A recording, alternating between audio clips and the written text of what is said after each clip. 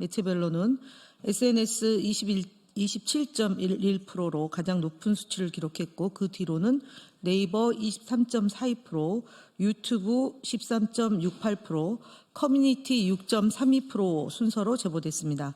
주요 제보 내용을 말씀드리겠습니다. 부정선거 관련 허위사실 및 음모론이 유포되고 있다는 제보가 다수 접수되었습니다.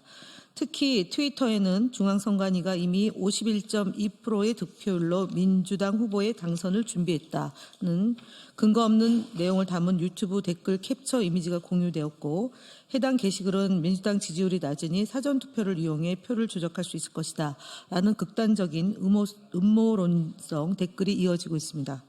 이와 같은 부정선거 음모론은 4월 22일 DC인사이드 국민의힘 비대위 갤러리 커뮤니티에서도 그대로 인용되어 유포되고 있습니다. 4월 21일에는 부동산 스터디라는 네이버 카페에서도 가짜 투표지로 인해 국민의힘 후보가 무조건 패배할 것이다. 4천만 명의 중국인들이 투입됐다. 제2의 4.19 혁명으로 국민이 이길 것이라는 허위사실을 선동하는 부분별한 내용이 게시되고 있습니다. 민주당을 중국과 연관지어 공사나 프레임을 씌우려는 시도도 확인되고 있습니다. 4월 22일 DC인사이드 국민의힘 비대위 갤러리에서는 민주당이 중국인을 위한 일자리를 한국인이 넘보면 형사처벌하는 법안을 발의한다는 터무니없는 내용의 게시글이 유포되고 있습니다. 불법 선거운동이 의심되는 카톡 단체방에서는 여전히 내란을 옹호하는 선동이 이루어지고 있습니다. 제보자는 본인의 동의 없이 63 비대위 전체방이라는 단체 채팅방에 강제로 초대되었으며 그곳에서 서부지법 자유청년들은 죄가 없다, 즉각 석방하라는 문구를 기반으로 행진을 모의하는 등 내란을 정당화하려는 내용이 공유되고 있습니다. 해당 단체방에서는 선거와 관련된 정치적 선동까지 이루어지고 있다는 점에서 불법 선거운동의 가능성도 함께 제기되고 있습니다. 주요 대응 현황 말씀드리겠습니다. 이진숙 방송통신위원장의 정치적 중립 위반 행위에 대한 대응입니다. 이진숙 방송통신위원회 위원장은 지난 3월 23일 본인의 페이스북 SNS를 통해 최상목 대행이 현행범이라면 이재명 대표도 현행범이다라고 주장했습니다. 방송통신위원장이 4.3 재보궐선거 기간에 4.2 재보궐선거 기간에 정부 여당을 편들고 야당을 비방하는 등의 행위로 명백한 정치적 중립을 위반한 겁니다. 이는 선거법과 국가공무원법을 위반한 행위입니다. 이뿐만 아니라 이진숙 위원장은 3월 5일 인터뷰를 통해서 자신의 탄핵 심판은 민주당, 민노총, MBC 대 이진숙의 싸움이다는 정치적 중립을 위반하는 발언도 이어졌습니다. 우리 국민소통위원회에서는 이진숙 방송통신위원장의 선거법, 국가공무원법 위반 혐의에 대해 경찰 고발을 대응하고 있다는 점 말씀드리겠습니다. 언중위 제소 및 심리 결과 등 언론 대응 현황 보고드리겠습니다. 스카이데일리가 운영하는 유튜브 채널 스카이데일리 TV의 영상 중 백혜련 의원에 대한 계란 투척 사건을 자작극으로 주장한 3월 23일 영상과 이재명 후보가 대통령이 되면 한국이 중국의 속국이 될 것이라는 주장을 한 4월 7일자 영상에 대해 언론중재위에 제소했습니다. 해당 영상들에 대해서는 유튜브 커뮤니티 가이드라인 위반이며 구글에 별도 신고 조치도 진행했습니다. 4월 22일자 보도 수신료 통합징수 방송법 개정 KBS 암울한 미래는 공영방송 이사 추천과 관련된 사실관계를 왜곡하고 있어 이 역시 언론중재위에 제소하였습니다. 어제 진행된 언론중재위 심리 결과를 보고드리겠습니다. 먼저 자유일보 4월 6일자 보도 탄핵 인용 자신했나 이재명 헌재 선고 3개월 전 대선 캠프 꾸려는 정정보도로 언론사와 합의하였습니다. 같은 날 보도된 무슨 일 있어도 이재명 왕조만은 막아야 한다는 제하의 기사에 대해서는 합의가 이루어지지 않아 인터넷 선거 기사 심의 등 후속 대응을 해 나가겠습니다. 더 퍼블릭 3월 28일자 보도 산불 이재민 불 좀 끄고 가자 외치자 욕설에 휩싸인 이재명은 그 제하의 기사는 피의 신청인 측이 2차 심리의 불참함에 따라 자동적으로 민주당 측의 반론 보도로 합의되었습니다.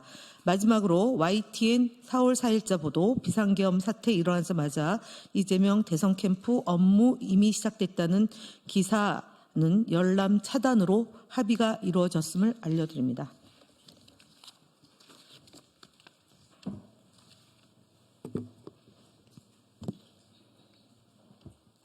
네. 다음 허위사실 유포, 공정성 위반 발언에 대한 방심 및 신고 등 방송 대응 보고 드리겠습니다. 지난 4월 21일 채널A 뉴스 탑10에 출연한 한 패널은 더불어민주당 대선 경선 과정에 대한 당원과 지지자들의 반응을 논평하면서 지금 보면 지난 총선부터 정교하게 짜여진 거거든요. 경쟁자들을 다 제거한다라는 말이 그때부터도 있었고 다 대선 주자급이 공천을 못 받거나 뭐 이런 식으로라며 마치 더불어민주당 경선에 대해 짜여진 각본이 있는 것처럼 언급하였습니다. 이는 사실이 아닌 부분에 대해 마치 사실인 것처럼 내용을 단정적으로 언급하여 시청자들을 혼동케 한 것입니다.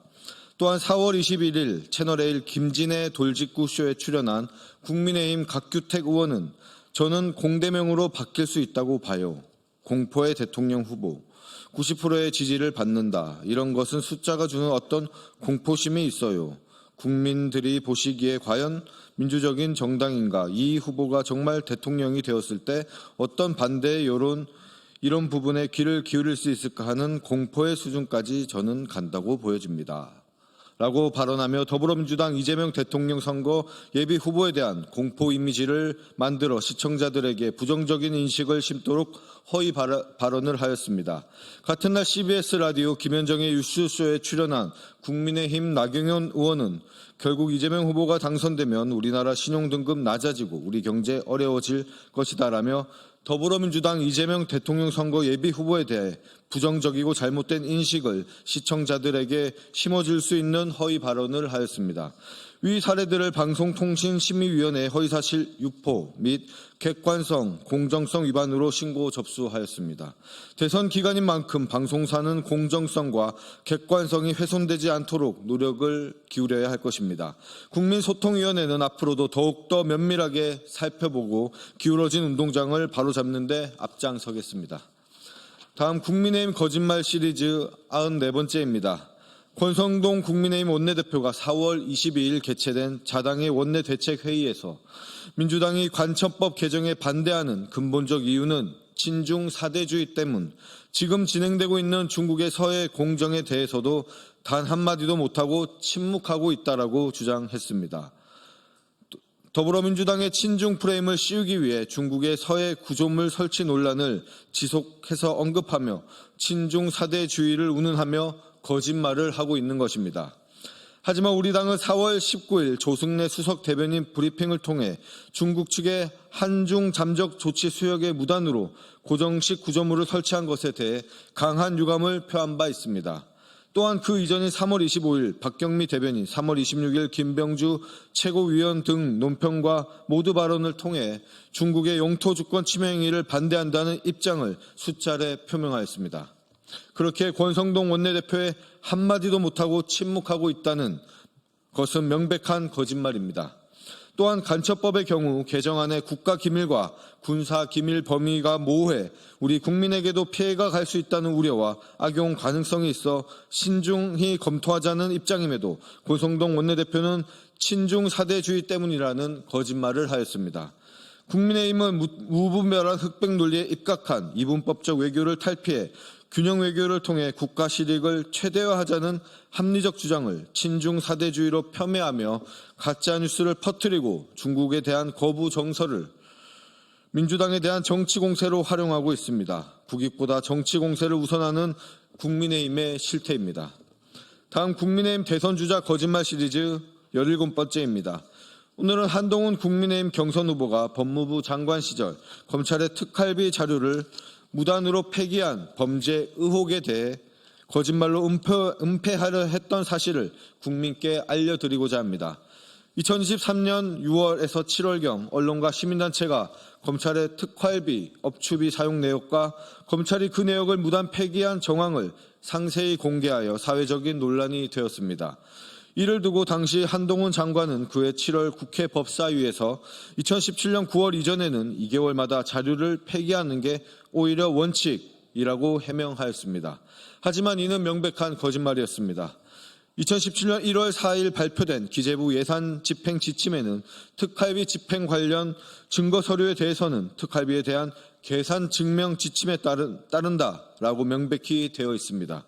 문제가 제기되자 당시 한동훈 장관은 8월 21일 국회에 출석하여 지침이라기보다 그 당시 상황에서 교육할 때 월별로 폐기하는 관행이 있었다라고 말을 바꿨습니다.